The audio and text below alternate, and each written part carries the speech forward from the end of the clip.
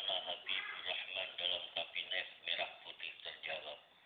Presiden Prabowo Subianto melantik dai muda yang akrab dipanggil Gus Miftah itu untuk menduduki jabatan sebagai utusan khusus Presiden.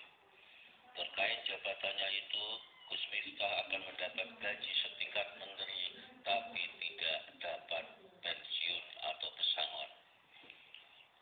Prosesi pengangkatan Gus Miftah sebagai utusan khusus Presiden dilakukan di Istana Negara bersama dengan pelantikan sejumlah nama lain yang menduduki jabatan sama. Di antaranya adalah Raffi Ahmad. Gus Miftah dalam sebuah wawancara dengan sejumlah wartawan di Jakarta selepas dilantik mengatakan, tugas utama yang diembankan padanya terkait dengan jabatannya itu antara lain adalah moderasi dan koordinasi serta toleransi inter dan antar umat beragama. Di Indonesia itu kan menarik dan sosial karena begitu banyaknya perbedaan jadi ini sudah 1000 pulau, 1700 bangsa, 736 bahasa, 6 agama. Jadi tentunya kalau tidak disikapi secara dewasa ini kurang baik. Maka bagaimana upaya kita hari ini adalah menjaga konsistensitas terkait dengan kerukunan. Karena Saudaraku, pengangkatan Gus Miftah sebagai utusan khusus Presiden ini berdasarkan pada Peraturan Presiden Republik Indonesia nomor 137 tahun 2024 tentang penasihat khusus Presiden, utusan khusus Presiden, staf khusus dan staf khusus Wakil Presiden. Ada beberapa poin yang bisa kita gali dari sana tentang utusan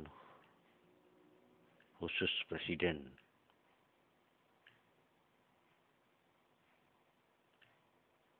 Ini kita buka dulu.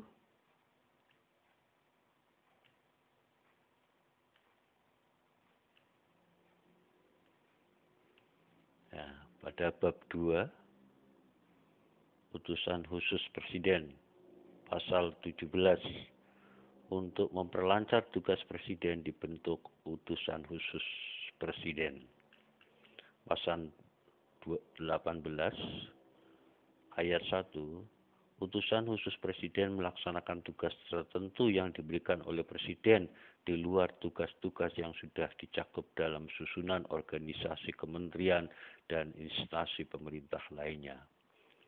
Pasal 18 ayat 2, dalam melaksanakan tugasnya, utusan khusus Presiden bertanggung jawab kepada Presiden. Kemudian ayat 3, laporan pelaksanaan tugas utusan khusus Presiden dikoordinasikan oleh Sekretaris Kabinet.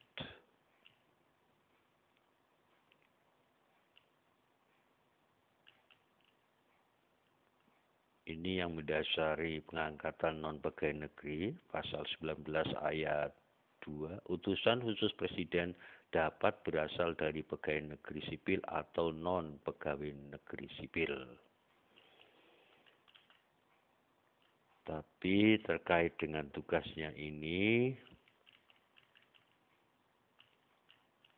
Gus Miftah nantinya akan mendapatkan fasilitas yang setara dengan menteri. Ini ada pada pasal 22. Hak keuangan dan fasilitas lainnya bagi utusan khusus Presiden diberikan setinggi-tingginya setingkat dengan jabatan menteri. Kemudian pada pasal 23, masa bakti utusan khusus Presiden paling lama sama dengan masa jabatan atau berakhir bersamaan dengan berakhirnya masa jabatan Presiden yang bersangkutan. Hanya Gus Miftah nantinya tidak dapat pensiun sesuai dengan pasal 24. Utusan khusus Presiden apabila berhenti atau berakhir masa baktinya tidak diberikan pensiun dan atau pesangon. Tapi saya yakin Gus Miftah bersedia untuk menjadi utusan khusus presiden bukan karena fasilitas atau karena pensiun.